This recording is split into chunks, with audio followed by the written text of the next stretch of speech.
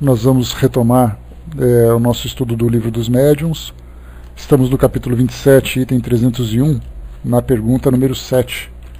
A pergunta número 5 e 6, para a gente lembrar, Kardec fala das contradições, principalmente observando os ensinos que os espíritos nos enviam através do recurso da mediunidade. E aí, então, encontramos ali algumas situações que podem ser polêmicas, dependendo do ponto de vista que é observado ou do seu resultado. Então, no item número 5, Kardec lembrou aqui: há pessoas que não têm tempo nem aptidão necessária a um estudo sério e aprofundado. Aceitam sem exame o que lhes ensinam, mas há nisso para elas também o inconveniente de acreditar em erros. Aqui fala diretamente dos estudos que nós realizamos, né, seja no ambiente virtual, seja no ambiente físico do centro espírita, seja em grupos particulares de estudos, né, já que muitas vezes nós não temos tempo de participar de estudos com mais frequência, né, para poder aprofundar um pouco mais o nosso conhecimento, e acabamos então participando uma vez por semana num ambiente e tal. É a única situação em que nós temos oportunidade de estudar. Mas ainda assim a pergunta é: se por acaso for transmitido algum ensinamento equivocado, não seria para essa pessoa algo prejudicial? E aí então os espíritos responderam, né, que se por acaso ela não tem tempo para estudar, que ela pratique o bem e não faça o mal, que isso já é o essencial. E para isso não há duas doutrinas. O bem é sempre bem, quer façam em nome de Alá ou de Jeová, porque só há um mesmo Deus para o universo. Então aqui ele lembra que, se por acaso você não tem tempo de estudar tecnicamente aquilo que uma filosofia passa, estudar quem são os autores, estudar detalhes técnicos a respeito, no caso da doutrina espírita, a respeito do mundo espiritual, no caso de outras religiões, falar sobre quem são os profetas, quais são as mensagens, quais são os ensinamentos, eu posso não saber nada disso. Então é suficiente que eu simplesmente pratique o bem, porque o bem será o bem para todas as religiões, para todas as pessoas, e isso já será o suficiente para aqueles que estão impedidos de se aprofundarem nesse conhecimento. No item número 6, como podem os espíritos que parecem desenvolvidos em inteligência ter ideias evidentemente falsas sobre certas coisas? Colocam os espíritos que eles têm as suas doutrinas. Os que não são bastante adiantados, mas julgam os que o são, tomam as suas ideias pela verdade. É como acontece entre vós, né? Nós temos aqui muitas pessoas que fundam as suas próprias igrejas, fundam as suas doutrinas, acreditando que o seu ponto de vista é o essencial, é o fundamental para que se desvende os mistérios, né, do mundo espiritual, e aí então acaba transmitindo uma ideia equivocada, né, e ela acaba não apenas prejudicando a si mesmo, pela responsabilidade que acaba assumindo em virtude do trabalho que realiza, como também acaba prejudicando aqueles que são os seguidores que confiam nas suas ideias, confiam nas suas palavras. Então, nesse caso, né, cabe àqueles que são os estudantes buscarem um conhecimento mais aprofundado para poderem fazer o seu julgamento a respeito daquelas ideias. Item número 7, que é o que a gente vai entrar no nosso estudo de hoje. Que pensar das doutrinas que só aceitam a comunicação de um espírito, que seria Deus ou Jesus? Aí nós podemos acrescentar aqui também Espírito Santo, que possa ser um único profeta, e assim vai. O espírito que ensina deseja dominar, e por isso quer impor-se como único. Mas o infeliz que ousa tomar o nome de Deus pagará bem caro o seu orgulho. Essas doutrinas se refutam a si mesmas, porque estão em contradição com os fatos mais amplamente verificados. Não merecem exame sério, pois não têm fundamento. A razão vos diz que o bem procede de uma boa fonte e o mal de uma fonte má. Como quereis que uma árvore boa dê maus frutos? Já colhestes uva na macieira? A diversidade das comunicações e a prova patente da diversidade de sua origem. Aliás, os espíritos que desejam ser os únicos a se comunicarem se esquecem de dizer por que motivo os outros não o poderiam fazer. Sua negação é a negação do que o Espiritismo tem de mais belo e mais consolador nas relações do mundo invisível com o mundo visível com o mundo invisível. dos homens com os entes que lhes são caros e que assim estariam perdidos para eles sem retorno. São essas relações que identificam o homem com o seu futuro, que o destacam do mundo material. Suprimir essas relações seria mergulhá-lo na dúvida que é o seu tormento, seria alimentar o seu egoísmo. Examinando com atenção a doutrina desses espíritos, deparamos a cada passo com injustificáveis contradições, provas da sua ignorância a respeito das coisas mais evidentes, por conseguinte, com os sinais seguros de sua inferioridade. Aqui o Espírito Verdade, que traz para nós essa resposta. Então aqui o interessante da gente avaliar é que nós temos espíritos que acabam monopolizando as comunicações mediúnicas, transmitindo seus ensinamentos, conversando, criando um laço de intimidade com aqueles que são os dirigentes, com os médiuns, com seus ouvintes, e simplesmente convencem aquelas pessoas de que suas ideias são o suficiente para que eles possam alcançar aquele objetivo que o mundo espiritual acaba prometendo. Algumas vezes esses espíritos conquistam de fato a simpatia das pessoas, não se mostram agressivos, não se mostram vulgares, demonstram conhecimento, demonstram sensibilidade, mas pela sua inferioridade, pelo seu orgulho, utilizam essa linguagem para benefício próprio. E aí então quando se pergunta, será que não seria possível nós conversarmos com outros espíritos? Esse espírito diz assim, eu sou o porta-voz do mundo espiritual. Diante de uma situação como essa, Kardec já lembra que o mundo espiritual não pode ser monopolizado por ninguém. Que o mundo espiritual, ele simplesmente se manifesta como grande oportunidade, de um modo geral, sem nenhuma restrição, se manifesta para que todos nós possamos crescer exatamente com a diversidade desses ensinamentos que cada um transmite de acordo com sua evolução, de acordo com o seu conhecimento. Então, se por acaso nós percebemos que uma instituição tem apenas um único espírito que se comunica, e esse espírito se considera o responsável pela, entre aspas, doutrinação daquele grupo, isso denota a sua inferioridade. Embora uma linguagem dócil, embora uma linguagem cativante, embora tenha estabelecido os laços de intimidade com todo o grupo, aquela amizade próxima, não, deixa que eu falo para vocês, eu trouxe uma mensagem para vocês, um espírito disse para que eu pudesse transmitir para vocês, mas nenhum outro se transmite. Então nós temos um problema, ou o médium tem essa restrição de permitir apenas que aquele espírito se comunica, de ter alguma relação com ele, ou esse espírito acaba então influenciando o médium e as pessoas, se colocando como único representante do mundo espiritual. Herculano Pires, o tradutor dessa obra, traz para nós 2 comentários. Kardec formulou essa pergunta porque a doutrina do Espírito Único havia sido lançada em Paris, e por mais absurdo que pareça, fazia adeptos. Também por isso o Espírito Verdade se interessou em dar essa comunicação assinada sobre o assunto. Hoje as doutrinas continuam a surgir, sempre contraditórias e absurdas, através de médiuns ansiosos de projeção e renome. Basta analisá-las com atenção, como ensina o trecho acima, para percebermos em todas elas os traços da ignorância e da ambição de seus criadores.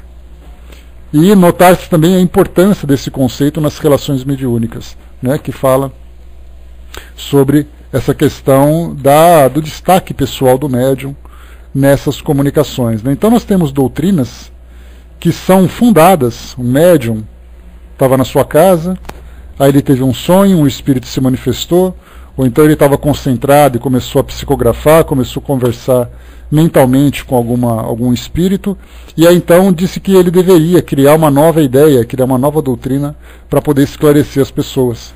E aí então há um pensamento conjunto entre o encarnado e o desencarnado, para que apenas esses dois formulem essa ideia, tendo o amparo do mundo espiritual. E acabam se formando então seitas, pequenos grupos de religiosos, pequenos grupos de pessoas envolvidas pelo fanatismo de uma determinada ideia, e acabam depois se levando, sendo levados para situações bastante dramáticas, sejam elas relacionadas com suas vidas pessoais, relacionadas com suas vidas familiares, sociais, enfim, colocando inclusive, como nós conversamos, em risco a sua própria vida. Porque nós começamos então a fazer a cabeça das pessoas com determinadas ideias, até chegar no absurdo de, por exemplo, como a gente já viu acontecer pelo mundo afora, suicídios coletivos. Pessoas que são presas dentro de determinadas seitas, pessoas que se fecham dentro de um pequeno universo. Nós já tivemos vários casos espalhados pelo mundo, né, nos Estados Unidos, notícias que chegaram de lá, de pessoas, de familiares que contratam sequestradores para poderem tirar desses grupos, dessas seitas, os filhos que foram envolvidos por esse fanatismo.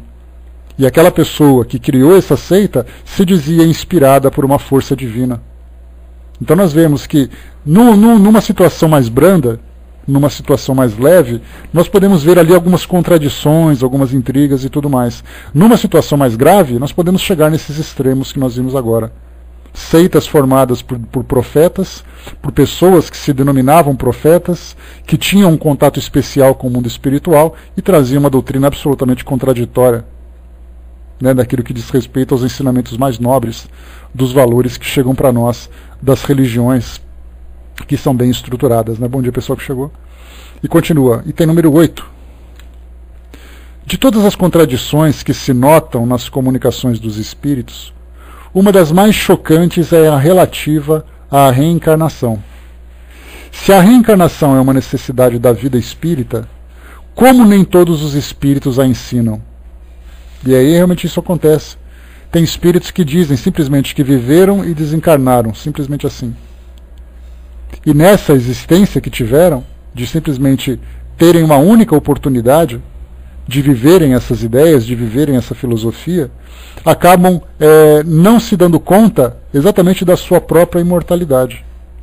Acreditam que nasceram, viveram e desencarnaram e agora continuarão no mundo espiritual, sem se darem conta daquilo que veio antes e daquilo que virá depois. E muitos espíritos não ensinam sobre isso. Antes da gente ir para a resposta, Fernando lembrou aqui de algumas seitas em que as mulheres são até estupradas. Nós temos seitas que usam drogas, nós temos seitas em que as pessoas compartilham relações sexuais entre si, pessoas que praticam atos de violência, atos de suplício, né, de se machucarem, de se ferirem, tudo em nome de uma nova ideia que chega. Esses, naturalmente, são os casos mais extremos, acabam sendo exceções, digamos assim. Armando lembrou, né, dentro do espiritismo também há muitos que trazem suas doutrinas absurdas e querem embutir na doutrina, dizem que são novas e a evolução do espiritismo. Doutrina de um só espírito e um só médium, basta observar que se verá, né? Mas é só analisar com cuidado que a gente vai conseguir separar uma coisa da outra. Aqui nesse caso então da reencarnação, porque nem todos os espíritos a ensinam. Não sabeis que existem espíritos cujas ideias são limitadas ao presente, como acontece com muitos homens na Terra? Pensam que a sua situação atual deve durar para sempre. Não enxergam além do círculo de suas percepções imediatas. E não se perguntam de onde vêm e para onde vão. Apesar disso, devem sujeitar-se à lei da necessidade. A reencarnação é para eles uma necessidade em que não pensam enquanto ela não chega. Bem sabem que o espírito progride, mas de que maneira? Isso é para eles um problema. Então, eles lhes fazem a pergunta, responderão com os 7 véus superpostos como andares. Há mesmo os que responderão com a esfera de fogo e de estrelas e de flores e a dos eleitos. Então cada um dizendo que já se encontra num patamar superior. Alguns dizem, eu não tenho mais necessidade de reencarnar porque eu já consegui me ascender a essas esferas mais elevadas. Então são espíritos fascinados pelas próprias ideias, pelas próprias filosofias. Então isso também acontece. Como a gente vê hoje, já não se pensa mais dessa forma. Porque nós dificilmente vemos pessoas que têm essas comunicações particulares, restritas, formando seitas. Nós temos hoje situações mais organizadas, as instituições e tudo mais, mas naquela época de Kardec era bastante comum que pessoas fizessem isso. E também, apesar de que hoje, quando a gente fala sobre filosofias particulares, nós podemos falar de pequenas cidades que nós temos pelo mundo afora. Aqui no Brasil, por exemplo, pequenas cidades, onde nós temos grupos que são reunidos, grupos que são formados e acabam sendo dominados por espíritos com esse pensamento. O Humberto lembrou, nem todos os espíritos que foi permitida a comunicação têm maior elevação, né? O que a gente vai perceber exatamente é que a elevação se dá pelo conjunto dos seus ensinamentos, não simplesmente por uma ou duas comunicações. Então o espírito que traz uma ideia elevada, essa ideia pode não ser dele. Se eu chegar para vocês aqui e fizer uma palestra, ninguém me conhece, eu cheguei pela primeira vez, fiz uma palestra com muita informação, uma palestra bem organizada e coisa e tal, a imagem que eu vou deixar para você vai ser das melhores para vocês, vai ser das melhores possíveis. Mas ninguém me conhece, ninguém sabe se eu vivo aquilo que eu falo, ninguém sabe de quem é a autoria daquilo que eu disse. Muitas vezes eu posso ser um grande repetidor de ideias, sem necessariamente fazer com que aquelas ideias sejam minhas. Então os espíritos se comunicam, as pessoas se interessam, mas acabam não observando o conjunto do trabalho que eles realizam. E aí então essa falta de conhecimento que eles trazem, muitas vezes está fugindo da sua própria responsabilidade, não se preocupando, influenciado por outras doutrinas que viveram no seu passado, podem trazer essas ideias equivocadas, né? Então quando a gente fala sobre reencarnação, que é uma necessidade, que é uma lei natural para a evolução do espírito, nós vemos que isso se aplica a todos os espíritos. Se não hoje, pelo menos aconteceu no passado. E para aqueles que hoje não têm a necessidade da reencarnação, nós temos que ter mais cuidado ainda, porque são espíritos de maior envergadura e, consequentemente, trazem maior responsabilidade e precisam de maior observação, né?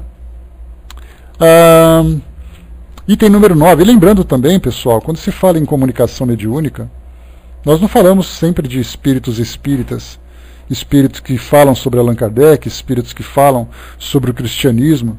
Comunicação mediúnica como eu já falei para vocês, fazendo uma comparação, é nós entrarmos numa rede social, num Facebook, em qualquer outro programa e começarmos então a falar nossas ideias. E muitas vezes nós podemos fazer uma escola em que as pessoas se interessam por aquilo que nós falamos, procuram se aprofundar, procuram nos seguir naquele pensamento. Mas ninguém sabe quem são essas pessoas, porque simplesmente são nomes que surgem. E esses nomes podem trazer ali ideias das mais absurdas, ideias das mais profundas, ideias das mais elevadas. Então, na verdade, nós não conhecemos. Então, quando se fala em mediunidade, nós podemos ter um espírito que tem uma tradição oriental, um espírito que tem uma tradição do Oriente Médio, um espírito que tem uma tradição ocidental, um espírito que vive várias ideias misturadas, ele simplesmente vai transmitir aquilo que ele pensa. Se isso por acaso conseguir conquistar adeptos, então ele formará as suas ideias. O Luiz colocou, no meio espírita há também pessoas que propagam absurdos com o pretexto de combater o absurdo. Pois é, acaba entrando naquela ideia da fascinação, né? Porque eu faço a minha única interpretação e os demais estão todos errados. Isso acontece em todos os lugares. Nós temos em qualquer tipo de religião aqueles que são muito apaixonados, aqueles que acabam sendo muito rígidos no seu pensamento e acabam exatamente fazendo um desserviço para aquilo que está acontecendo. Então, por isso, essa flexibilidade, essa nossa mente aberta, a capacidade de analisar, como usando o neologismo, de filosofar em torno daquilo que se pensa, daquilo que se fala, daquilo que se aprende, para que nós sempre aprendamos aquilo que vem de melhor. Por isso, sempre observar ensinamentos que vêm de várias direções e formarmos aquele conjunto de ideias que são as mais corretas, e não simplesmente nos fecharmos dentro do nosso próprio pensamento. O Zé colocou, está aí o eterno paradoxo existencial, entre o ser e o parecer, Joana que trouxe para nós esse pensamento que o Zé colocou aqui. A Fraterna colocou, eu penso sempre que espírito, tanto encarnado como desencarnado, são considerados seres com qualidades e defeitos, Essa é exatamente a definição correta que nós temos. Como Kardec lembra, os espíritos nada mais são do que a alma dos homens que desencarnaram. E aí então eles levam suas ideias, assim como quando eles nascem, eles também trazem suas ideias, embora sofram influência do meio onde se encontram. Bom dia, pessoal que chegou. Item número 9. Concebemos que espíritos pouco adiantados não possam compreender essa questão. Mas como é que, entre outros espíritos de inferioridade moral e intelectual notórias, falam espontaneamente de suas diferentes existências e de seu desejo de reencarnar para resgatar o passado? Então Kardec lembra aqui que nós temos, às vezes, espíritos comuns, espíritos sofredores que se manifestam numa reunião de suporte, de atendimento a esses irmãos, acabam depois dizendo, olha, eu sei que eu sou culpado, eu sei que eu fiz muita coisa errada, mas eu tenho certeza que na minha próxima encarnação eu vou conseguir resolver todos esses problemas. E eles falam isso com absoluta naturalidade. Por mais inferiorizados, até mesmo obsessores, ele fala assim, eu sei que no futuro eu vou reencarnar e vou ter uma reencarnação difícil, mas hoje eu quero a minha vingança e tal. Então, moralmente, intelectualmente, mostram isso, mostram essa dificuldade, e diante dessa dificuldade que apresentam, ainda assim trazem o mínimo de compreensão. Então, essa é uma dúvida que nós observamos. Por que tem espíritos que demonstram um certo conhecimento, trazem uma ideia, e outros espíritos acabam cometendo esse equívoco de não compreenderem, né? Então, está aqui então a pergunta, a resposta. No mundo dos espíritos se passam coisas que é bem difícil de compreenderdes. Não tendes entre vós pessoas que são muito ignorantes de certas coisas e esclarecidas sobre outras? Não sabeis também que certos espíritos gostam de manter os homens na ignorância e tomam para isso áreas de instrutores, aproveitando-se da facilidade com que aceitam suas palavras? Eles podem seduzir os que não examinam as coisas, mas quando os apertamos, no círculo do raciocínio, não sustentam o seu papel por muito tempo. É necessário, por outro lado, levar em conta a prudência geral dos espíritos na propagação da verdade. Uma luz viva e súbita ofusca, não esclarece. Eles podem, pois, em certos casos, julgar conveniente expandi-la gradualmente, de acordo com a época, os lugares e as pessoas. Moisés não ensinou tudo o que o Cristo ensinaria, e o próprio Cristo disse muitas coisas cuja compreensão estava reservada às gerações futuras. Falais da reencarnação e vos admirais de que esse princípio não tenha sido ensinado em certos países. Lembrai-vos, então, de que num país dominado pelo preconceito de cor, como a escravidão enraizada nos costumes, o espiritismo seria repelido pelo simples fato de proclamar a reencarnação. Porque a ideia de que o senhor possa tornar-se escravo e vice-versa teria parecido monstruosa. Não valeria a pena divulgar primeiro a ideia geral, deixando para tirar mais tarde as suas próprias consequências? Ó homens, como a vossa vista é curta para apreciar os desígnios de Deus! Sabei então que nada se faz sem a sua permissão e sem um objetivo que frequentemente não conseguis penetrar. Já vos disse que será feita a unidade da crença espírita. Tende certeza de que ela se fará, e que as dissidências, já menos profundas, irão se apagando pouco a pouco, à medida que os homens se esclarecem, e desaparecerão por completo, porque essa é a vontade de Deus, com a qual o erro não pode prevalecer. Aqui então, o Espírito Verdade, mais uma vez, trazendo essa orientação. E realmente é uma situação interessante, principalmente porque quando falava por Kardec, quando falava na época de Kardec, nós tínhamos uma situação de novidade. Porque primeiro era importante conscientizar o indivíduo de que ele era um espírito imortal e que ele não desapareceria. Era um conflito de ideias que se tinha naquela época, ideias materialistas, ideias positivistas, ideias religiosas de várias linhas de pensamento. Então chegar simplesmente e começar de trás para frente, ou seja, falando de temas que a princípio não são os mais importantes, não são prioritários, mas começar a falar primeiro da imortalidade, falar depois da continuidade da vida do mundo espiritual, da possibilidade de comunicação, para depois falar de processo evolutivo. Então é um processo pedagógico que foi utilizado pelos espíritos na difusão e na estruturação também, na estruturação e na difusão da doutrina espírita, em que algumas ideias se tornaram mais importantes do que outras. Alguns temas, inclusive, Kardec não abordou. O que para nós hoje é uma grande polêmica, quando se fala, por exemplo, de colônias espirituais. Por que Kardec não abordou esse tema? Porque não existia ou porque não era a hora? Porque nós temos ali alguns indícios que sugerem, outros que negam. Então fica naquela confusão, naquela contradição. Então por que esse tema não foi abordado? Simplesmente porque não era prioritário. Porque certamente ele não deixaria passar.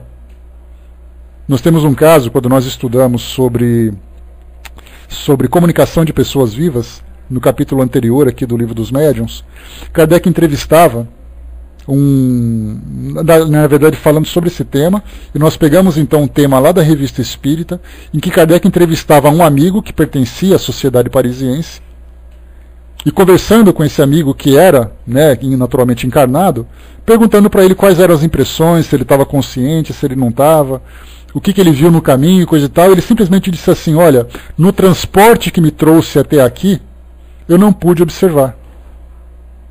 E quando se fala transporte que me trouxe até aqui, imaginar um espírito que foi transportado até aquele local, será que Kardec não teria curiosidade de perguntar, mas espera aí, do que você está falando? Então a gente vê que muitas dessas ideias foram suprimidas. Então a gente pode dizer assim, mas Kardec não falou sobre isso. Mas a gente pode usar com a mesma intensidade, Kardec não publicou nada sobre isso.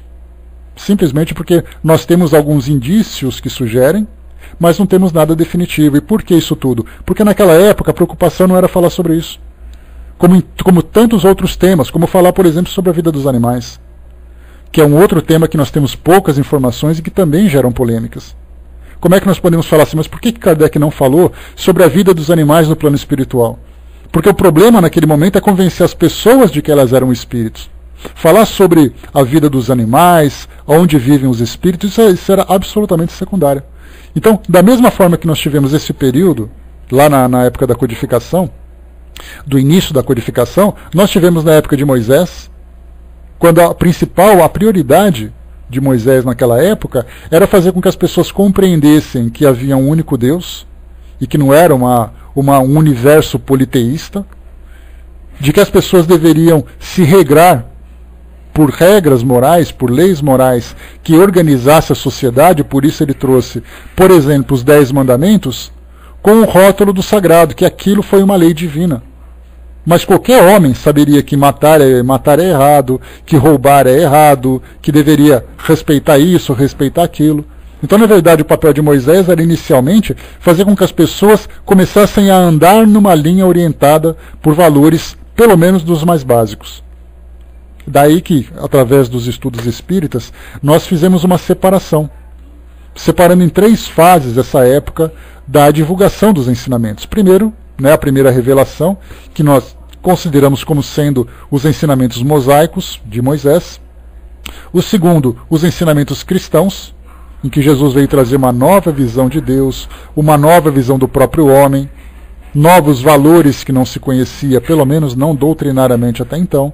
E depois trouxe para nós essa terceira revelação, que nós consideramos a terceira revelação, que é exatamente essa ideia de que nós somos espíritos imortais, de que nós continuamos existindo no mundo espiritual conscientes e dinâmicos, que nós temos ali a lei da reencarnação, que é para nós um processo evolutivo. Então, em cada período da humanidade, em cada época, em cada local, nós trouxemos uma ideia. E essa ideia não podia simplesmente ser jogada. Como foi colocado aqui pelo Espírito Verdade, se você fala sobre reencarnação num local onde existe esse preconceito racial e que aquilo que você rejeita pode ser o seu destino no futuro, isso sofreria uma grande rejeição. Por isso, então, vamos primeiro formar as ideias básicas, fazer que as pessoas compreendam aquilo que é realmente essencial. E aí, gradativamente, elas vão se aprofundando conforme elas desejam. Por isso que muitos espíritos acabam não apontando diretamente essas novas leis, como tem leis que nós mesmos não conhecemos. Dá a impressão de que nós conhecemos absolutamente tudo. Todos os segredos do universo já estão revelados para nós. Leia do engano. Ainda tem muita coisa que nós temos que aprender. Nós estamos falando de uma doutrina que para nós tem aproximadamente 1,5 séculos. Para uma humanidade que não conseguiu compreender ainda uma doutrina que veio há 2000 anos. Imagina aquilo que nos espera, as informações que vão chegar para nós. Chegar no mundo espiritual, vão dizer assim, olha, agora vocês podem saber sobre isso. Mas não levem isso lá para os encarnados, porque não é a hora ainda.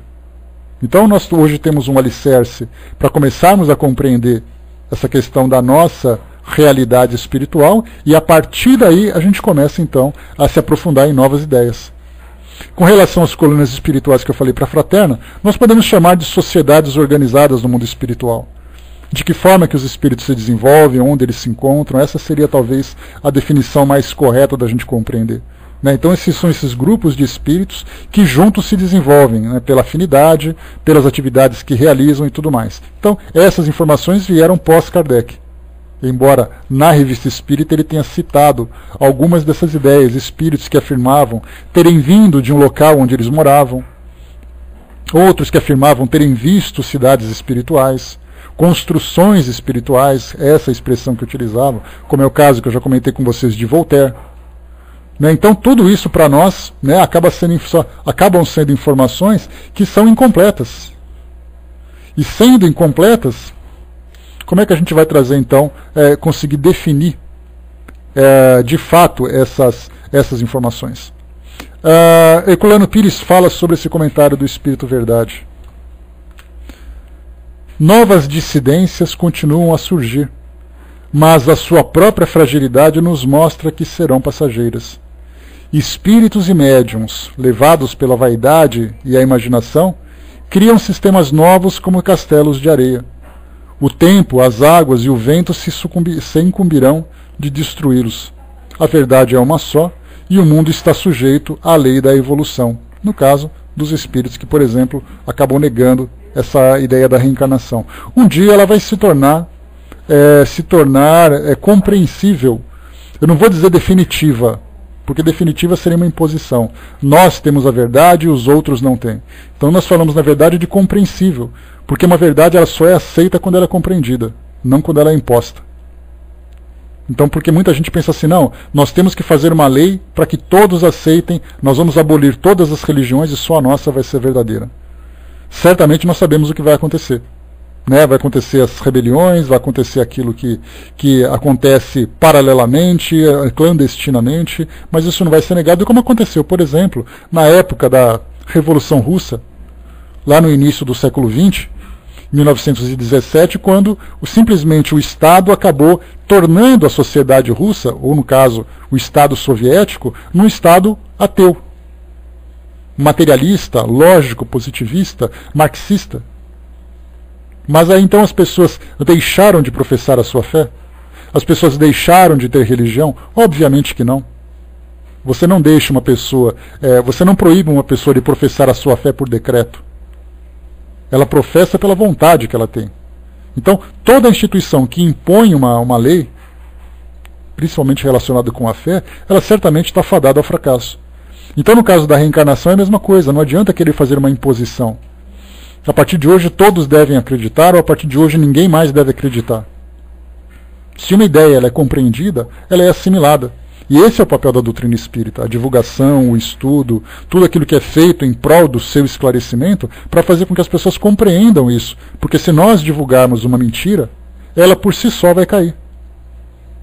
Agora, se nós falamos de um tema que ele é lógico, que a razão pode compreender, que não tem nada de dogmático, porque, por exemplo, a ideia da reencarnação, ela não é aceita pelas religiões tradicionais porque está escrito que não existe. Não foi raciocinado, não foi, quer dizer, foi interpretado, não é que está escrito. Porque de um lado está dizendo que, lembra aquela passagem, que diz que o espírito só pode nascer uma vez? Numa outra passagem diz que ninguém pode ver o reino no céu se nascer de novo. Como é que a gente vai interpretar duas ideias que são contraditórias? Então, interpretam assim, dizendo, está escrito que é assim. Essa ideia dogmática, ela acaba, com o tempo, sendo derrubada. Porque, na verdade, a lógica, ela acaba sendo muito mais poderosa do que o medo, do que a imposição. Então, tudo aquilo que o Espiritismo passa para nós, ele deve ser submetido para análise. Como diz um pensamento, ninguém convence ninguém. São as pessoas que se convencem. Então a gente apresenta os argumentos, apresenta as informações e nós vamos então processando. Se aquilo for aceitável, ótimo. Se não for, paciência. Muitos de nós que somos espíritas aceitamos a essência doutrinária, aceitamos. Mas tem muita coisa no decorrer do estudo que a gente acaba ficando com aquela pulguinha atrás da orelha. Olha, não sei se é assim, não sei se eu devo acreditar, isso não me convence muito, foi aquele espírito que falou, foi aquele outro que deixou de falar, então a gente acaba ficando na dúvida. Então o básico nós compreendemos, o resto virá com o tempo, virá com o estudo. Bom trabalho, Humberto, beijão para todo mundo, meu amigo.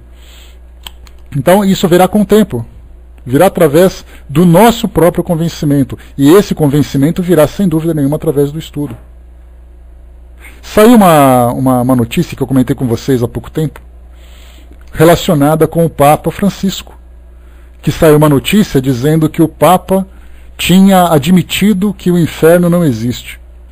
Aí virou aquele rebuliço no meio espírita, todo mundo divulgando nas redes sociais, todo mundo comentando e coisa e tal. O Vaticano teve que se pronunciar dizendo: o Papa não disse nada disso. Se vocês quiserem saber o que o Papa disse, vá no site oficial do Vaticano e lá você vai encontrar o que o Papa falou. Então só o fato de você sugerir uma ideia que alguém tão importante, alguém de grande destaque, fez um comentário, todo mundo ficou alvoroçado, ninguém sequer pesquisou para saber se isso era verdade ou não. Que Adão e Eva também não existia, foi falado assim, o Papa disse que Adão e Eva não existe. Mas ele acredita nisso, ele tanto acredita que essa ideia de Adão e Eva faz parte de um processo dogmático da Igreja, que se essa ideia parar de ser professada, digamos assim, vai derrubar outras ideias dogmáticas. O caso, por exemplo, do próprio pecado original. O que é pecado original? O batismo te livra do pecado original. Quem que praticou o pecado original? Adão e Eva. Se você deixa de acreditar em Adão e Eva, para que você vai se batizar? Percebem assim a sequência, o efeito dominó que isso acontece? Então por isso que os dogmas são grandes problemas. Se você sustenta uma ideia em cima de um dogma, em cima de um pensamento que foi elaborado há séculos no passado, quando se tinha uma compreensão, hoje, quando você tem um raciocínio diferente, você não pode se livrar dele, você está amarrado a ele. É como se você pegasse um material de construção, pegasse madeira, por exemplo. Só para a gente fazer uma analogia rápida. Eu pego madeira, que era o material de construção utilizado no passado. Madeira com barro, com amarras, fazia minha casinha, ótimo.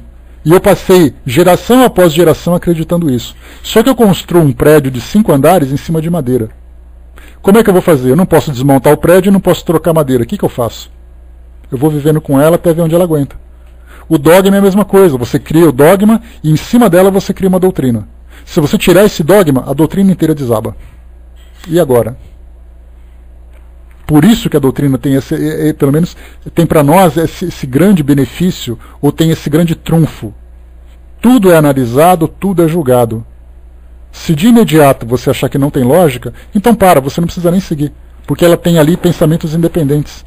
E se ela tiver que se renovar, ela vai se renovar naturalmente, como o próprio Kardec disse. Dizendo que o Espiritismo vai acompanhar a ciência. Se nós tivermos um pensamento dizendo que tal ideia nossa foi equivocada, ótimo. A gente muda sem nenhum problema.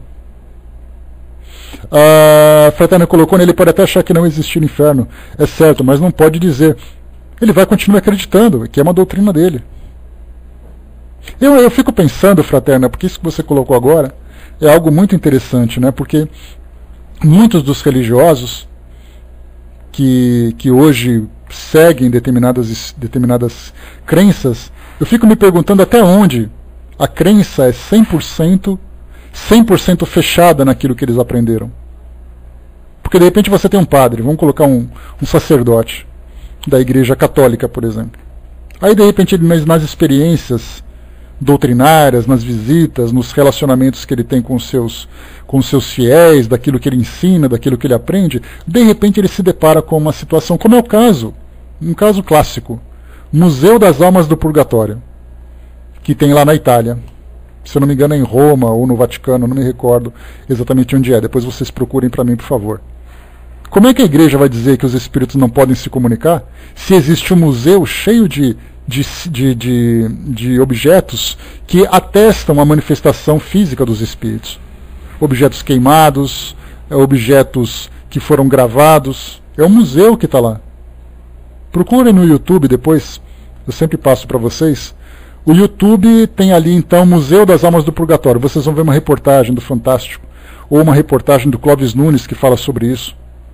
Que ele foi lá, esteve lá nessa igreja fazendo um documentário. Aí vocês vão ver como é que a gente vai lidar com isso. Você disse que os espíritos não podem. Aí o que eles vão dizer? Mas essas almas são almas sofredoras do purgatório que vieram pedir ajuda. Mas se Deus proíbe a manifestação de qualquer espírito, como é que as almas do purgatório podem se comunicar? Olha só as contradições. Então, como o Espírito Verdade trouxe para nós aqui, mais uma vez. Já vos disse que será feita a unidade da crença espírita. Quando fala crença espírita, não é o espiritismo, mas são todos os elementos estudados pelo espiritismo. E que as dissidências, já menos profundas, irão se apagando pouco a pouco, à medida que os homens se esclarecem, e desaparecerão por completo, porque essa é a vontade de Deus, contra a qual o erro não pode prevalecer. E nós estamos então passando por esse processo de compreensão do que é verdade, do que é o erro, do que é o certo, do que é o errado, do que é uma convicção, do que é uma fantasia. Nós mesmos, estudantes espíritas, estamos passando por isso. Quando chegam para nós, você pega um livro, um romance, um livro doutrinário, uma psicografia, uma palestra, alguém fala uma coisa, você fala, para lá. Isso aí eu não consegui entender. Você tem liberdade absoluta de pesquisar. Não precisa acreditar. Essa é a parte importante, né? Pois é, essa questão do purgatório é mais voltada para o mundo espiritual, mas no mundo físico, para nós, nada mais é do que isso, né? Aliás, a palavra purgatório, né, que significa purgar alguma coisa, você depurar alguma coisa, né, ou a palavra expiação também é a mesma ideia. Também expiação tem ideia de castigo, de sofrimento. Também é uma ideia, uma expressão utilizada muito na igreja, naquele passado, mas que para nós tem o mesmo significado. Item número 10, vamos em frente. As doutrinas errôneas que certos espíritos podem ensinar não retardam o processo da verdadeira ciência? A resposta do espírito foi bem interessante. Quereis obter tudo sem dificuldades? Mas lembrai-vos de que não há campo sem ervas daninhas que o lavrador deve arrancar. Essas doutrinas errôneas são uma consequência da inferioridade do vosso mundo. Se os homens fossem perfeitos, só aceitariam a verdade. Os erros são como pedras falsas que só um olho experiente pode distinguir. Necessitais, portanto, de aprendizado para distinguir o verdadeiro do falso. Pois bem, as falsas doutrinas têm a utilidade de vos exercitar na separação da verdade e do erro. E o que a gente lembra é que quando se fala sobre as falsas doutrinas, cheguei a comentar com vocês num estudo que nós realizamos há algum tempo, muitas dessas falsas doutrinas nascem de boa fé. Eu tenho boa intenção, eu tenho o desejo de fazer com que as pessoas cresçam, mas eu quero que elas cresçam a partir daquilo que eu sei. É o máximo que eu posso fazer. Nós temos professores no nosso mundo hoje que utilizam métodos pedagógicos bastante criticados por não serem de fato eficientes. Mas é o modo como ele sabe ensinar. É o modo como ele entende que o aluno deve aprender. No passado nós tínhamos escolas, voltando a falar, continuando ainda falando de escolas, em que o sistema era tão rígido que os alunos apanhavam. Apanhavam porque a pessoa que batia aprendeu apanhando em casa. Nós temos pais hoje que batem nos filhos porque aprenderam com seus pais, com seus avós, que uma chinelada não faz mal. Tínhamos as palmatórias, tínhamos o joelho no milho, tínhamos puxão de orelha, tínhamos um safanão, tínhamos ficar de castigo e coisa e tal. É assim que aprenderam. Nós temos hoje unidades militares em que fazem testes tão desgastantes que muitos daqueles que estão treinando acabam morrendo. Pelo excesso, pelo sacrifício, pela dor. Mas por que isso acontece? É uma coisa errada? Não é errada. É que o entendimento daquele que está ensinando é errado. Ele acha que aquilo que ele está fazendo é correto. Nós temos no passado muitos daqueles sacerdotes da Idade Média que viviam na Inquisição, que faziam parte da Inquisição, eram pessoas que acreditavam de fato que estavam fazendo bem. De pegar uma pessoa dizendo assim, é através do fogo que nós vamos purificar a sua alma. E colocava uma pessoa, ela queimava, morria, ele saía com a consciência tranquila que ele fez o seu papel. Hannah Arendt, eu gosto muito de falar dela, é uma pensadora que estudou bastante a respeito da violência, mas principalmente a respeito da maldade. Esse foi um tema que ela utilizou. E ela estudou sobre oficiais nazistas nos campos de concentração. E ela contou um fato interessante que eu já passei para vocês aqui. Ela dizia assim, que tinha um oficial nazista responsável por um campo de concentração de extermínio de judeus. Todas as vezes que ele voltava para casa, Ele ouvia a música clássica dele, brincava com a filhinha dele, se relacionava bem com a sua família. No dia seguinte tomava um banho, vestia seu uniforme e voltava para o trabalho. Ele simplesmente estava trabalhando, cumprindo o seu dever. A ideia da maldade não era algo presente no seu coração, mas a sua condição de ignorância simplesmente o colocava numa condição que ele estava cumprindo o seu dever pela fidelidade da doutrina que ele abraçava, que era a doutrina nazista. Então a gente tem que diferenciar bem aquilo que é maldade, que é a manifestação do egoísmo endurecido no coração das pessoas, e aquilo que é feito por ignorância, embora com boa intenção.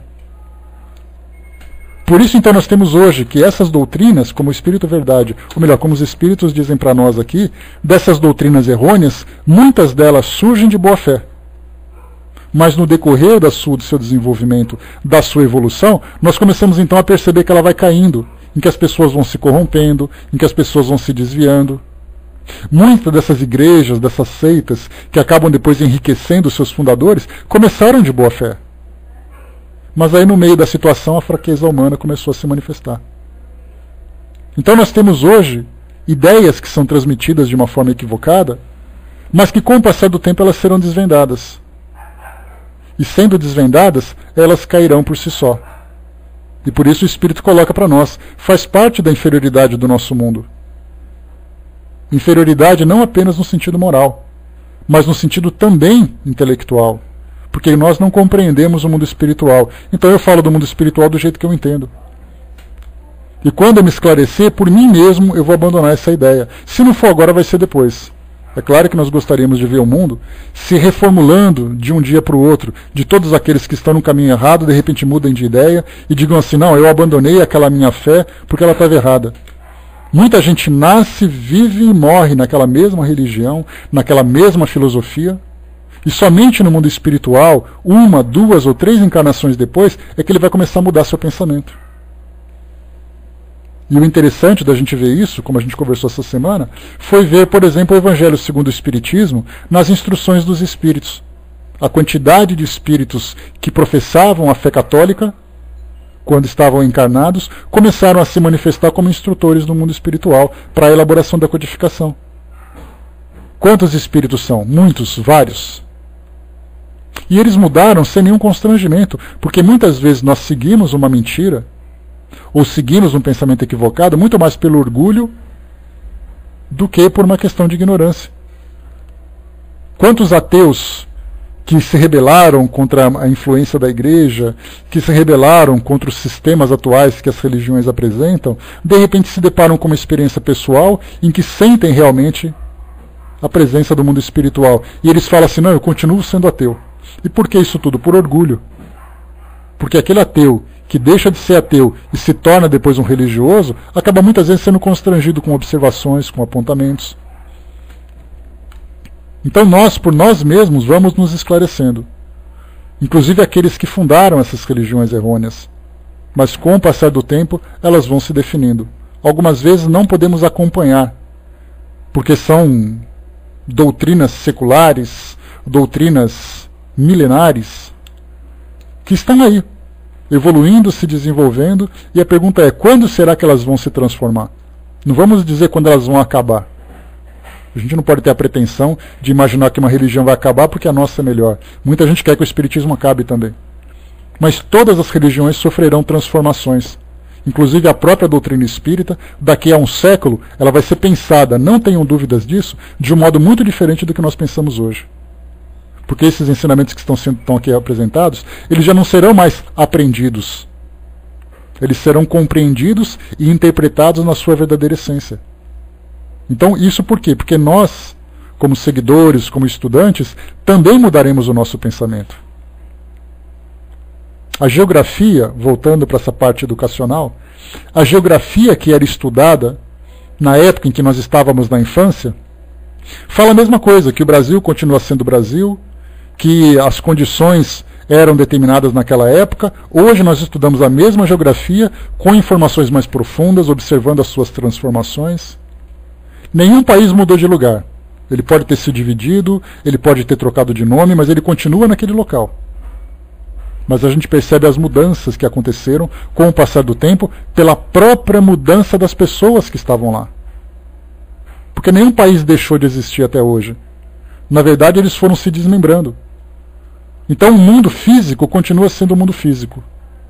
Mas o mundo moral, do qual nós fazemos parte, sem dúvida nenhuma passou por muitas transformações. E essas transformações geraram suas consequências, positivas ou negativas. Então, espiritualmente, todas as religiões, ou melhor, filosoficamente ou moralmente, todas as religiões também passaram por essas mudanças. Nós também passaremos. Eu posso contar uma experiência pessoal. No início, quando eu tive contato com o espiritismo, a minha vida era ler romances. Então eu lia livros de romances, livros de psicografias, livros disso, e só depois de um tempo, depois de aproximadamente uns 15 anos, que eu comecei a me preocupar em estudar a codificação. Porque ela começou a me chamar a atenção. Porque até então eu abri o livro dos Espíritos, lia meia dúzia de perguntas, fechava e guardava de novo. O que me interessavam eram as histórias, porque as histórias eram mais cativantes. Então, se nós passamos por essa transformação, por que as próprias religiões também não passarão pela nossa mudança de interpretação? Então nos preparemos. E estaremos preparados para isso também, no sentido de aceitarmos essas mudanças. Porque se por acaso, daqui a um século, nós reencarnarmos e continuarmos vivendo o espiritismo que foi explicado no século XIX, nós estaremos com 2 séculos de atraso em todas as evoluções que aquela religião pôde proporcionar, ou pôde sofrer. Então temos que ter sempre essa ideia de que o espiritismo, como ser humano, como qualquer ideia universal verdadeira, ela sempre estará apresentando coisas novas, mas sem mudar a sua essência. Essa é a parte fundamental. Então o espiritismo tem muita coisa para ensinar para nós ainda. Vai nos chocar muitas vezes, porque nós conhecemos o beabá. Fazendo uma comparação, nós estamos saindo da pré-alfabetização, em termos de espiritualidade. Futuramente nós teremos a mediunidade tão aflorada que o mundo espiritual será para nós um mundo paralelo em que nós teremos uma íntima relação. Hoje o mundo espiritual não passa de uma fantasia, em que você lê um livro e fala assim, os espíritos estão desencarnados e eles vivem em determinada dimensão. O que significa exatamente isso? Vivem numa determinada dimensão. O que nós entendemos em dimensão? Nós ficamos assistindo filmes de ficção, imaginando aqueles mundos paralelos, aqueles mundos invisíveis. A nossa imaginação começa a interpretar a realidade do mundo que nós sequer imaginamos. Então nós não podemos falar com convicção de algo que nós realmente não conhecemos e não compreendemos. Nós conhecemos o mundo espiritual, de um modo geral, na teoria. A prática é absolutamente diferente. O mundo espiritual não pode ser resumido em 5 livros. O mundo espiritual tem nuances, tem dimensões, tem situações, tem atividades, tem dinâmicas que nós sequer imaginamos. Para ter uma ideia, como é o mundo onde vive Jesus? Tentem contar para mim como é o mundo dos espíritos puros. Nós conseguimos fazer ideia? Espírito puro para nós vive no mundo onde ele tem uma TV de tela plana, tem TV a cabo, tem internet de 100 megas. Porque para nós o mundo perfeito é um mundo onde você tem riqueza, onde você tem conforto.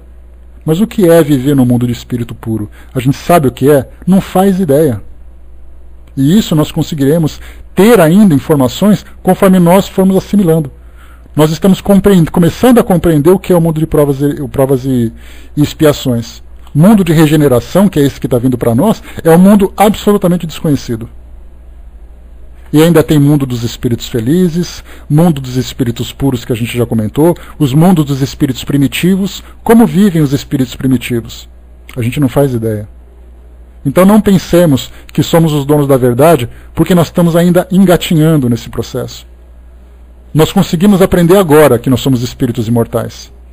O que vem a partir daí, nós precisamos ainda galgar ano após ano nesse nosso processo pedagógico, né?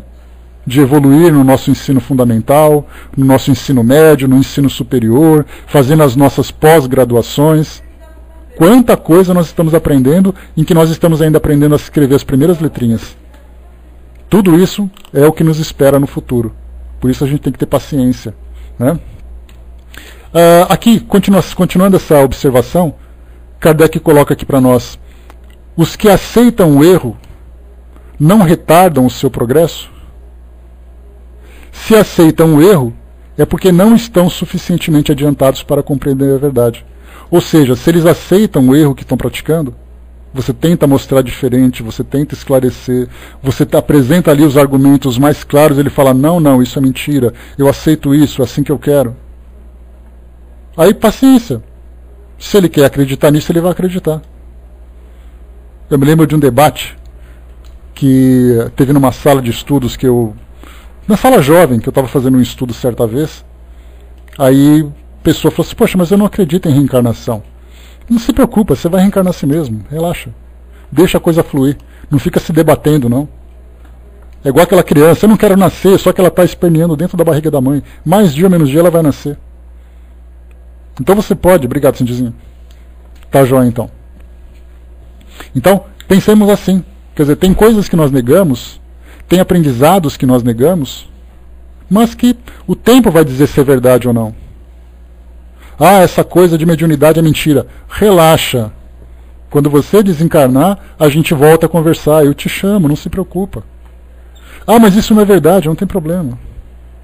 Aquela história, né? Ah, mas quando eu desencarnar, eu vou tomar uma sopinha fluídica no hospital do mundo espiritual. Relaxa, se tiver sopa você vai tomar. Se não tiver, você não vai tomar. Não se preocupa com isso agora, não. E é assim que a gente tem que pensar. A gente cria muita confusão, porque a gente tem essa expectativa de querer conhecer todas as verdades ao mesmo tempo, sendo que a gente não consegue nem viver o nosso dia a dia, o nosso presente. A gente não consegue nem seguir o planejamento que a gente criou. Então, por isso, sim, cada um dentro do seu tempo. Se a gente quer viver no nosso erro, esse erro vai ser naturalmente dissolvido conforme nós nos esclarecermos. Se nós aceitamos uma verdade, essa verdade se tornará cada vez mais sólida, mais enraizada, conforme nós formos nos desenvolvendo também. Algumas vezes a gente aceita uma verdade por sorte, porque alguém disse para você: a reencarnação existe. Aí ele usa argumentos, é uma pessoa confiável, é uma situação interessante, você fala: eu aceito a reencarnação. E se ela fosse uma mentira? E se eu dissesse para vocês assim: olha, vou te contar um segredo. Quando você morrer, você vai desaparecer. Por isso, por isso, por isso e por isso. E você fica acreditando nisso. Até que alguma coisa diga para você que estava errado. Então, se nós acreditamos na reencarnação, porque para nós é confortável, para nós é interessante. Porque nós não lembramos da reencarnação. Alguém aqui se lembra quem foi no passado? Como é que você pode acreditar com tanta convicção se você nem se lembra quem você foi? Então nós acreditamos por quê? Pela lógica, acreditamos pela satisfação, acreditamos pelo conforto que isso traz.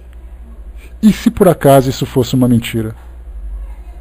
Isso naturalmente vai se transformar. Então, assim como você acreditar no nada, como você acreditar em tudo, são duas moedas que nós vamos definindo pela lógica, pela razão. E é assim que nós vamos, então, nos formando, vamos elaborando essas ideias. O Lúcio colocou, né, queremos ser perfeitos, uma tacada só. Grande pretensão e grande ilusão que nós vivemos, né? O Arnaldo colocou, né, pelos vícios e virtudes que trazemos e pelo bom senso. Pois é, a gente vai definindo isso pela própria lógica. Você estuda aqui um documentário, você ouve um depoimento, você lê um livro, você vai formando essas ideias. Agora, muita gente diz assim: mas por que você não lê esse livro? Porque esse livro vai te falar um pouquinho sobre isso. Não leio porque isso para mim é contra a minha fé. Isso é uma negação. Se essa pessoa prefere continuar acreditando naquilo que ela acha que é verdade, então é resolvido o problema. Pois é um grande erro, hein, fraterna? Tem coisa que eu falo aqui que com o passar do tempo eu falo: gente, esquece tudo que eu falei que era mentira.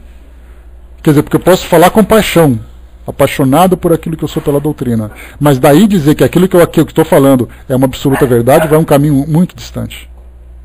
E foi o que a gente conversou, né? Nós estamos, no nosso estudo anterior, nós conversamos sobre aquela situação de que nós encontramos pessoas no meio político, no meio econômico, no meio acadêmico, no meio religioso, que são pessoas que estão prontas para convencer todo mundo.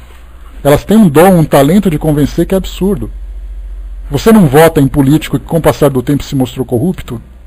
Por que você votou nele? Porque ele te convenceu que era bom. Você não acredita em coisas do mundo espiritual que alguém disse? Por que você acreditou? Porque quem disse para você te convenceu. Você já não comprou coisa que se arrependeu depois? E por que você se arrependeu? Porque não serve para nada. Por que você comprou? Porque a propaganda era linda. Eu vi aquele homem, aquela mulher maravilhosa na televisão que segurava aquele produto. E eles eram tão bonitos que eu acabei comprando o produto. E ele está encaixotado e enfiado lá no fundo do guarda-roupa. Por que você comprou? Porque eles foram convincentes. O publicitário tem talento, o vendedor tem uma boa lábia, a loja é famosa, mas e o produto em si? O produto eu nem pensei, eu só comprei. Arnaldo colocou, né? Citei anteriormente a questão da mulher de Constantino para não aceitar a reencarnação.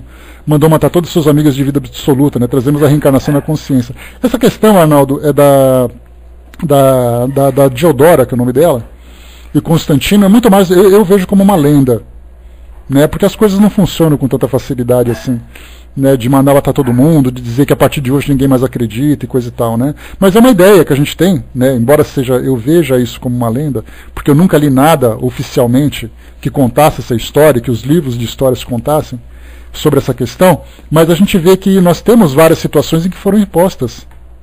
Basta você pegar a catequese católica, vai lá no site do Vaticano, baixa o Catecismo Católico, que você vai ver ali vários pontos que são dogmáticos. Os anjos são diferentes dos seres humanos, os demônios são anjos caídos, o Papa é infalível. E isso são dogmas que você deve acreditar se for católico.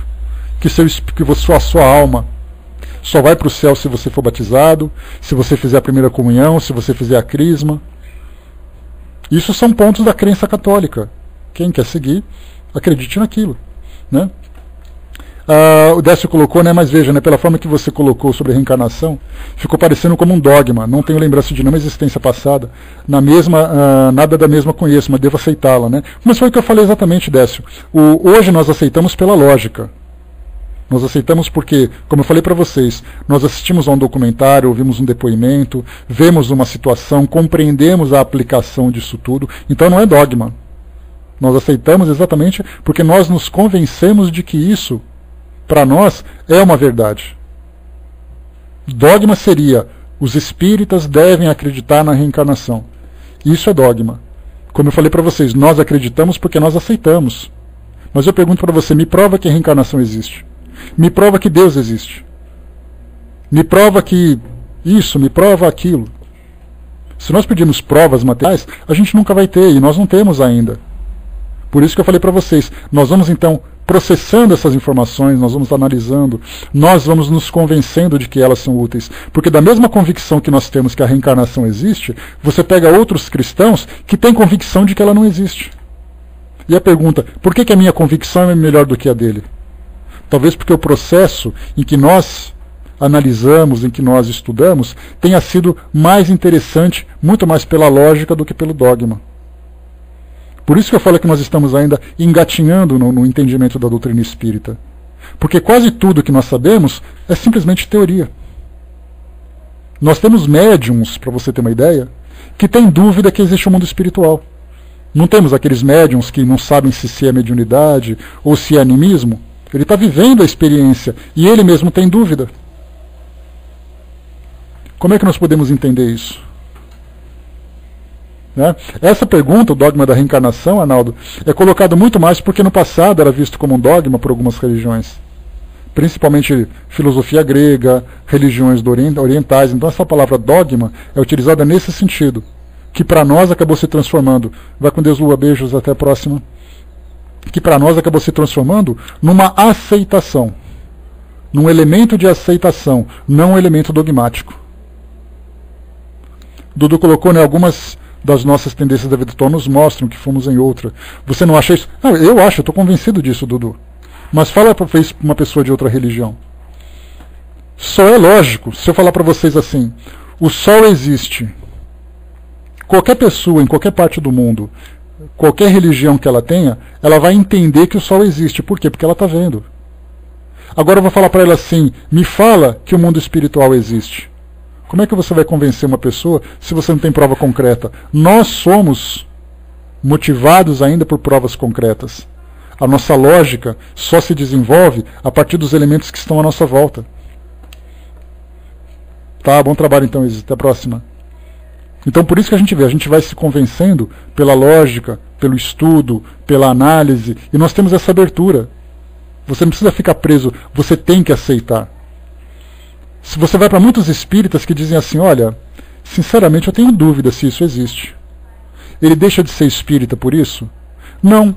Não, porque o verdadeiro espírita é aquele que se transforma moralmente, não é aquele que decorou os livros da codificação. Então cada um no seu tempo. Tem coisa que para mim é clara, tem coisa que para vocês não é, tem coisa que vocês já se convenceram, tem coisa que eu estou rateando ainda. Nós temos várias situações diferentes em que nós nos colocamos em posições diferentes. Eu posso ter lido um livro que para mim foi revelador. Vocês podem ter lido outros livros que vocês não se convenceram. Por isso que a gente percebe essa falta de uniformidade entre nós. Exatamente porque nós estamos ainda aprendendo algo que para nós é ainda questão de fé. É questão de teoria. Então muito daquilo que nós acreditamos é fé. E assim como nós temos a nossa fé, outras pessoas também têm a sua. E vão acreditar naquilo que é importante. A teoria, a parte técnica, nós vamos, com o passar do tempo, aceitando, compreendendo, dissolvendo, diluindo. Agora a parte da fé, aí então ela é pessoal, ela é individual. Pessoal, fechando por aqui, eu achei que até que ia terminar isso hoje. Deixa eu ver aqui, o Luiz colocou para nós, é ponto fundamental e indiscutível de doutrina religiosa. E por extensão qualquer sistema ou doutrina ou sistema. Né? De fato, isso é o dogma. Para você ser, por exemplo, de um partido político, você tem que aceitar os dogmas desse partido. Qual é a sua proposta? Ele é um partido ruralista? Ele é um partido religioso? Para você fazer parte da bancada religiosa do nosso Congresso Nacional, você tem que fazer parte daquelas religiões e aceitar aquilo que elas impõem. Nós tivemos uma polêmica que surgiu em torno da homossexualidade, ou do homossexualismo, em que o nosso representante da Comissão de Direitos Humanos era um pastor, e ele dizia que isso era uma aberração. Quem quiser fazer parte daquela crença vai ter que aceitar que isso é uma aberração. Nós tivemos um militar, também representante da bancada dos militares, que dizia que isso também era uma aberração. Aí nós tivemos um militar falando a mesma coisa, um pastor falando a mesma coisa. Se você quiser seguir aquelas filosofias, não o fato dele ser militar, mas o fato dele falar como se fosse representante deles. E aí então nós começamos a ver que esses dogmas que são colocados acabam fazendo com que as pessoas ou sigam aquela ideia por aceitarem, ou serão recusadas por não aceitarem. Mas o que o Espiritismo traz para nós é o quê? A parte moral é a parte mais importante. Como foi colocado por Kardec. E se eu não tiver tempo de saber tudo isso que você sabe? Faça aquilo que eu faço, ou faça aquilo que eu não consigo fazer ainda. Em termos de aplicação dos valores, isso já será o suficiente para você crescer, para você se transformar. A parte técnica, nós vamos aprendendo com o tempo. Nós conhecemos pessoas que são analfabetas ou semi-analfabetas, mas que são pessoas extremamente generosas. Pessoas que fundam instituições. Eu sempre me esqueço o nome daquela senhora que fundou aquele hospital do Fogo Selvagem em Minas Gerais. Você se lembra o nome dela? Eu me esqueço. Ela é uma pessoa que tem pouquíssimo estudo. E ela chegou a fundar uma instituição que poucos de nós sequer sabemos por onde começar. E nós temos formação universitária, nós temos formação com pós-graduação, e ela é uma pessoa semi-analfabeta. E conseguiu fazer aquilo tudo. Em termos de conhecimento religioso é a mesma coisa. Você pode não conhecer profundamente a parte técnica, filosófica da religião, mas se você vive aquela parte do amor, aquela parte do bem, já é o suficiente para você se transformar. Não importa no que você acredita. E é isso que faz exatamente a união. Nós espíritas somos melhores que Madre Teresa de Calcutá? Nós espíritas somos melhores que Mahatma Gandhi? Cada um faz a sua própria avaliação. Aparecida Conceição Ferreira, né? Obrigado, Regina. Um era católico, o outro era hindu, e os dois fizeram o que fizeram. E nós aqui como espíritas dizendo, os nossos conhecimentos são os melhores do mundo. Não é isso que vai transformar o mundo, nós sabemos. Pessoal, fechando por aqui o nosso estudo, nós fechamos aqui o item 301, vamos para o 302 ainda nessa parte de contradições, e depois das mistificações para a gente poder fechar aqui esse tema, que eu espero que seja no próximo encontro na segunda-feira, para a gente passar para o próximo capítulo, que será o 28, charlatanismo e prestidigitação. Bem legal para a gente poder compreender, né? Deixa eu ver aqui. Não, a Madre Teresa não é essa. A Aparecida Conceição Ferreira, Décio, é aquela senhora que fundou o Hospital do Fogo Selvagem. A Madre Teresa, ela tem um nome complicado. Depois peguem aí no Wikipedia que vai passar para vocês, né? Deixa eu ver aqui. O Luiz colocou espírita. Pode não aceitar como verdade a comunicação de espíritos fora do corpo. É uma questão de analisar. Kardec coloca isso como um critério ainda. Ele diz assim para nós, né, que você deve avaliar se isso não é animismo, se isso não é uma falsa comunicação, se isso não é uma mistificação. Então ele coloca vários critérios de segurança para você aceitar, né? Deixa eu ver aqui. Se a resposta for não, temos um dogma? Não, na verdade não. É tudo uma questão de análise. Porque você não pode aceitar, deixar de aceitar, por aceitar. Pode dizer assim, olha, eu não aceito porque eu não aceito. Eu não quero porque eu não quero. Peraí, mas não quer por quê? Então você tem que apresentar assim, olha, eu não aceito como verdade. Vamos discutir os seus argumentos. Aí você vai dizer, olha, eu não aceito por isso, eu não aceito por aquilo, aquele ponto não me convenceu, teve um outro caso parecido. Então, na verdade, a negação é dogmática. Agora, quando você não se convence de que aquilo foi definitivo, por falta de informação, por falta de análise, aí você tem que analisar ou os critérios que você utilizou, ou de fato você estava certo naquilo que você definiu. Então, toda vez que você fala não, ou você fala sim, você tem que ter um objetivo claro. Não é simplesmente uma questão de vontade. Muitas vezes diz assim, olha, não aceito porque isso não faz parte da minha fé. Mas espera aí, como assim? Isso já é o suficiente para você? Né? Não, tem sim, Luigi, tranquilo. Como eu disse para vocês, assim, o ensinamento que nós recebemos é muito mais moral do que técnico. O técnico virá com esclarecimento, o moral virá com a transformação de cada um. É essa transformação, sustentada por essa crença que nós abraçamos, que faz uma pessoa ser verdadeiramente espírita. Porque dá a impressão de que para ser espírita você tem que obrigatoriamente estar inscrito no centro espírita, obrigatoriamente você tem, né? Pois é, precisa saber por quê, né? Ele pode ser espírita, sim, sem dúvida nenhuma. Agora tem que saber por que ele não crê. Se ele não crê, então vem cá, vou te levar para um centro espírita, ler esse livro para você aprender. Né? Você não tem critérios para ser espírita, basta que você compreenda que você é espírito imortal, que você tenha aqueles pilares que são os fundamentais. Agora, se você diz assim, olha, eu não acredito nessa parte, então você é só meio espírita. Não precisa se preocupar com isso, que o espiritismo ele não é uma doutrina fechada em que você está dentro ou está fora.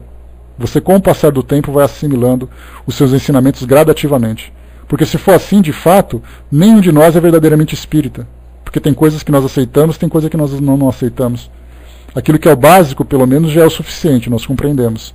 A existência de Deus, a imortalidade do espírito, a reencarnação, lei de causa e efeito. Esses são os princípios que a gente estava conversando agora, né? A própria comunicabilidade dos espíritos. Esses são os pontos. Se eu não aceito um deles, isso não vai me mudar nada se eu sigo moralmente os princípios, que é mais importante. Mas não nos preocupemos com rótulos, né? Hoje nós temos assim, ou você é espírita ou você é simpatizante. Na verdade, tanto faz uma coisa ou outra, desde que eu siga pelo mesmo caminho, não tenhamos essa preocupação. Fechamos então, próximo estudo, questão 302, aqui do capítulo 27, e eu vou passar para a nossa amiga Andréia, que vai fazer o encerramento.